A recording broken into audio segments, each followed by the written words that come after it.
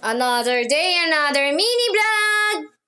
For today's video ay magmamagic sana tayo pero hindi umapik. Ito ang nangyari. Tcharam! Luto sarili naman tayo ng papaya, ginataan. Baka kasi isipin nyo, lagi na lang labaserye ang ating ginagawa. At ito na nga ay nagigisa na tayo ng sibuyas na gold, at luya, at bawang.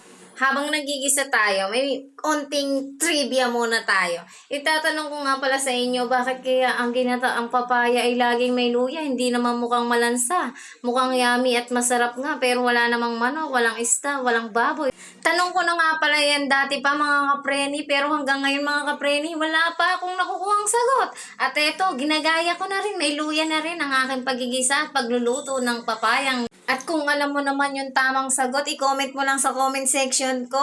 Nang malutas na ang dati ko pang gusto ng malutas. Oh, by the way, highway, balik nga tayo dito sa ating niluluto. Etong aming papayang ginataan nga pala ay walang sahog. Visible ang aming sahog, hindi nakikita, hindi nararamdaman, pero nanalasahan. Siyempre, ano nga bang lasa? Siyempre, lasang papaya yan. At mga kapreni, ginaya lang natin tong luto na to sa ating kantin. Nalasahan. At naamoy din ng ating ilong na may sipon. At tayo maglalagay nga ng patis para manuot sa papayang lasa dahil kadalasan pag papayang niluluto, nawawala ng lasa. At ito ay base lamang sa ating kaalaman. Di ko po alam sa inyong kaalaman din. At ginagayak na nga natin yung huling gata na ating nagawa. Ito, nilalagay na nga natin siya. Yan din ang magpapalamlam bago ang unang gata. Siyempre, alam nyo na. At atin lang siyang tatakpan, pakukuluin natin, at pagkakuluin na, charang, presenting. Syempre, go lang natin yan eh. Lang natin ng go yan. Tapos ilalagay natin yung hipon na maliliit na kasi liit natin. Oh, di mo kilalang hipon yan, no? Rich kind ka kasi eh. At eto na nga, ilalagay na natin ang unang gata para naman tayo ay mamaya-maya ay kakain na. Dahil konting taste lang ay matutuyo na yan at lilinamnam na.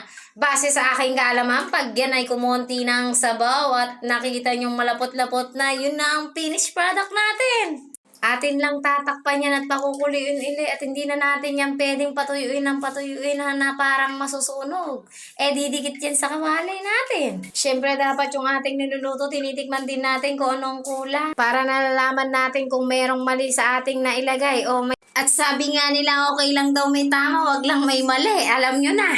At tayo na nga ay maglalagay ng Northport sa ating niluluto. Sa totoong buhay, kahit anong nor ang nilalagay ko dito, kung anong ang pwedeng at available dito sa bahay. At lalagyan nga natin uli ng patis dahil feeling ko matabang. Siyempre, sa panglasa natin to ititimpla, hindi sa panlasa nyo.